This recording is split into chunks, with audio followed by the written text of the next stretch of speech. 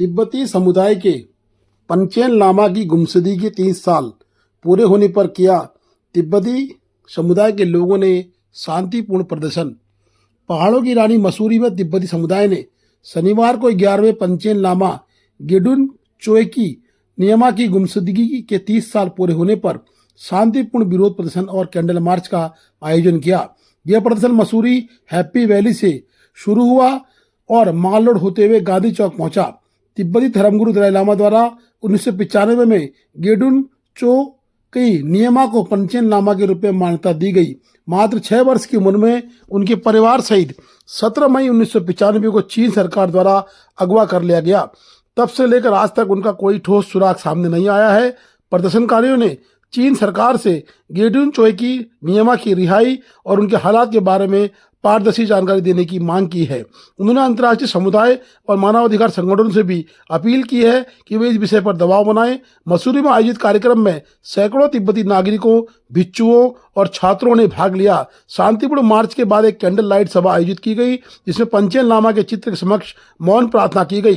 तिब्बती संसद के एक सदस्य ने कहा, सोडुन चोएकी नियमा सिर्फ एक व्यक्ति नहीं, तिब्बत की धार्मिक और सांस्कृतिक पहचान के प्रतीक हैं। उनका 30 वर्षों से लापता रहना न केवल एक व्यक्ति की त्रासदी है, बल्कि पूरे तिब्बती समाज की पीड़ा है। चीनी सरकार का दावा है कि गेडुन चोएकी नियमा सुरक्षित है और सामान्य जीवन जी रहे हैं, लेकिन आज तक किसी स्वतंत्र एजेंसी को उनकी स्थिति की पुष्टि करने की अनुमति नहीं दी गई है। बता दें कि तिब्बती समुदाय इस दिन को हर साल पंचेन लामा गुमशुदगी दिवस के रूप में मनाता है।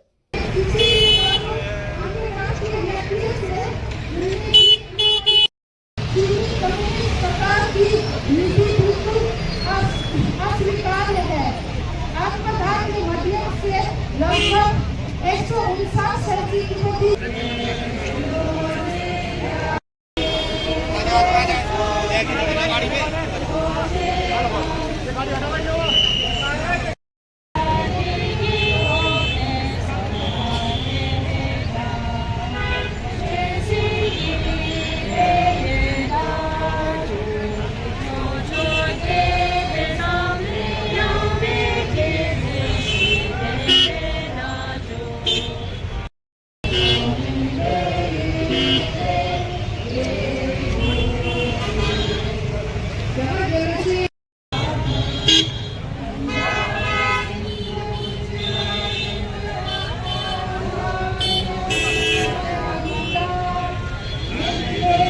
आईडी निकाल, 3-4 निकाल।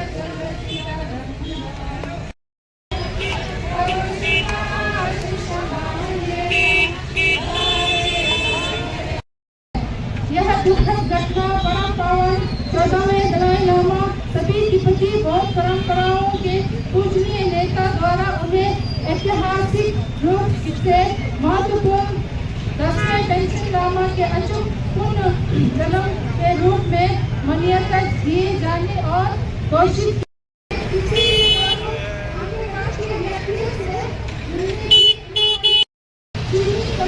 सरकार की नीति बिल्कुल अस्वीकार्य है। आत्मदान के माध्यम से लगभग 159 किस तरीके से देखते हैं जो बहुत सी लोगों को पता नहीं है। जैसे हम अभी प्रदर्शन कर रहे हैं, पीसफुल प्रोसेशन जब चल रहा था, तो जैसे हम जाते जाते लोग पूछ रहे हैं कि बच्चा खो गया है, क्या है, बहुत से लोगों को पता नहीं है। पर हम बताना चाहते हैं कि ये हमारा जो है दलाई लामा जी के नीचे जो सबसे बड़े गुरुजी है वो है पंचेन लामा जी। वो जो है वो 1995 से ही इज़ बिन मिसिंग। तो वो जो है चाइना ने उनको किडनैप किया है, तब से लेके 6 साल से किडनैप किया है, तब से लेके आज 17 मई आज 30 साल पूरा हुआ है उनके लापता हुए। तो हम चाइना से ये मांग कर रहा है कि वैसे तो क्या है, चाइनीज़ एक बहुत पावरफुल कंट्री है, तो वहाँ पे क्या है, जो मीडिया जो कवरेज है वो बहुत स्ट्रिक्टली बैन है।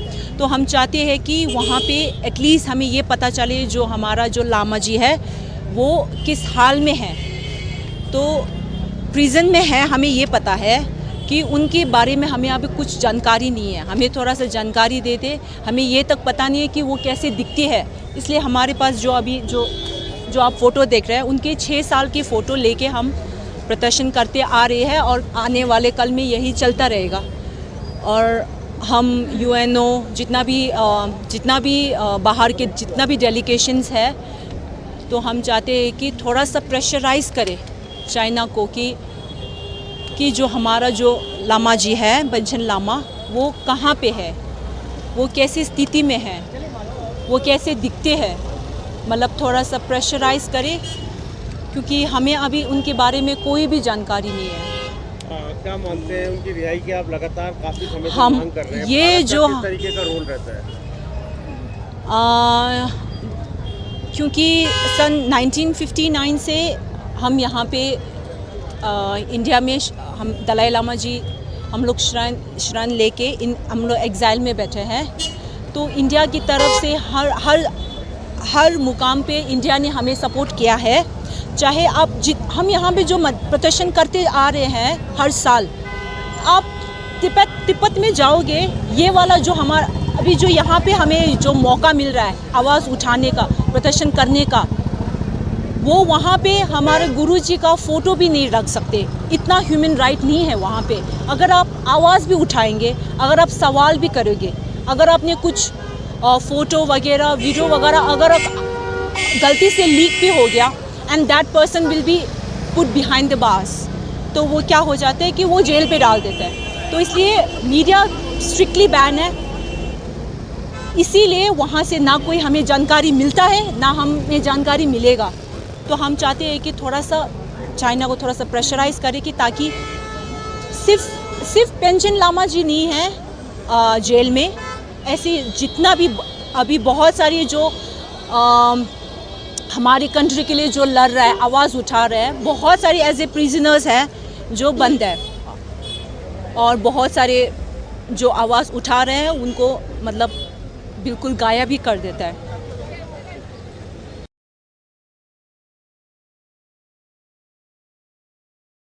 प्रभारी निरीक्षक संजीव कुमार कोतवाली जौलजीबी के नेतृत्व में पुलिस टीम तथा एसएसबी द्वारा भारत नेपाल अंतर्राष्ट्रीय पुल पर सघन चेकिंग अभियान चलाया गया।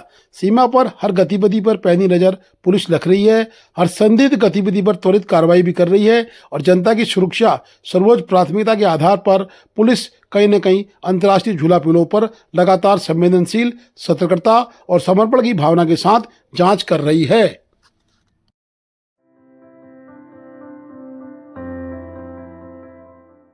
धारचूला में जाम की स्थिति से निजात मिलना मुश्किल हो रहा है, क्योंकि अनियंत्रित वाहन जो खड़े किए जा रहे हैं वे कहीं न कहीं जाम का तामझाम पैदा कर दे रहे हैं। दूर से आने वाले यात्रियों के लिए अपने होटल तक पहुंचना भी मुश्किल पड़ रहा है। साथ ही स्कूटी और मोटरसाइकिलों की पार्किंग भी सड़कों पर बना दी गई है। कहीं न कहीं पुलिस का फेलियर साफ और स्पष्ट नजर आ रहा है कि धारचूला की व्यवस्था बदहाल है।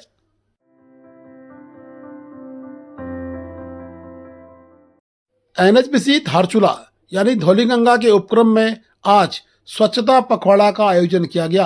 स्वच्छता पखवाड़ा के आयोजन में कहीं न कहीं आज कर्मचारियों के द्वारा साफ सफाई का अभियान चलाया गया, और उस अभियान में देखा गया है कि समस्त कर्मचारी व उनके अधीनस्थ मातहतों ने साफ सफाई का अभियान पुरजोर रूप से चलाया।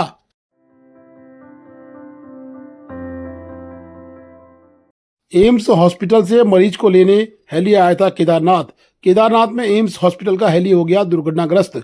मरीज को लेने गया था और बता रहे हैं कि सभी यात्री सुरक्षित हैं। हेलीकॉप्टर का पीछे का हिस्सा हुआ क्षतिग्रस्त। डिसबैलेंस होने की वजह से हेलीकॉप्टर को करनी पड़ी थी इमरजेंसी लैंडिंग में कहीं न कहीं संतुलन खोकर खेतों पर जाकर हेलीकॉप्टर रुक गया। स्थानीय स्तर पर किसी भी यात्री को कोई चोट नहीं आई। हेली एयर एम्बुलेंस के रूप में यूज किया जा रहा था और एम्स हॉस्पिटल का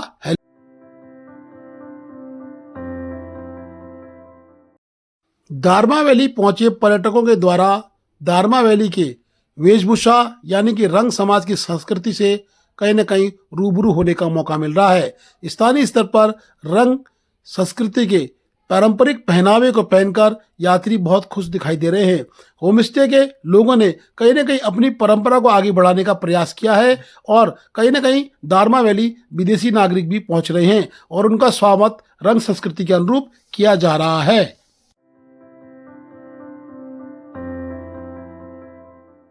मौसम विभाग ने फिर से जानकारी दी है कि 18 तारीख के बाद से फिर मौसम कहीं न कहीं परेशान करेगा। ऐसी स्थिति में अपनी यात्राएं सही ढंग से करें, सोच समझ के करें और मौसम के अनुरूप करें। लोग जो है या जो घूमने आए हैं विजिटर्स हैं, तो उनको ये चाहिए कि भाई गाढ़ गदेरों के आसपास जो है वो ना रहें, क्योंकि हो सकता है कि कुछ डिस्टेंस पे एकदम तेज़ बारिश गिर रही हो और उसकी वजह से जल स्तर उसमें बढ़ सकता है। तो वो चीज़ को अवॉइड करना है कि ऐसी जगहों में खड़े ना हो कि जहाँ पे कि जल स्तर बढ़ सकता है या नदी नालों से वो दूर रहें। तो मैं समझता फिर और कोई दिक्कत उसमें आवागमन में नहीं है। तो यही प्रिकॉशन आपको लेनी पड़ेगी। आज भी इसी तरह की एक्टिविटी, कल भी आप देखेंगे तो कल भी एक्टिविटी करीब करीब ऐसी है। हालांकि इंटेंसिटी वाइज देखूंगा तो थोड़ा कल जो है वो कम रहेगी, फिर भी हल्की एक्टिविटी स्कैटर्ड जो है कुछ जगहों तक की वो कल भी मिलेगी। तो इस तरह से 18 में हालांकि थोड़ा मौसम साफ हो जाएगा। अंदर के जो डिस्ट्रिक्ट हमारे उसमें चित्रकूट या कुमाऊं रीजन की जो हिल्स है, लाइट एक्टिविटी की संभावना एका दुका है, तो कोई विशेष नहीं है। 19-20 में जब आप जाते हैं तो फिर से जो एक्टिविटी थोड़ी बढ़ती हुई नज़र आ रही है। तो 19-20 तारीख में आप कह सकते हैं कि कुछ जगहों तक में फिर से हल्की से मध्यम जो है जो रेन थंडरस्टॉर्म एक्टिविटी वो मिलेगी जो है। तो इस तरह का है कि आप ये कह सकते हैं कि जो रेन थंडरस्टॉर्म एक्टिविटी मई में जो मिलती हैं वो दिख रही है।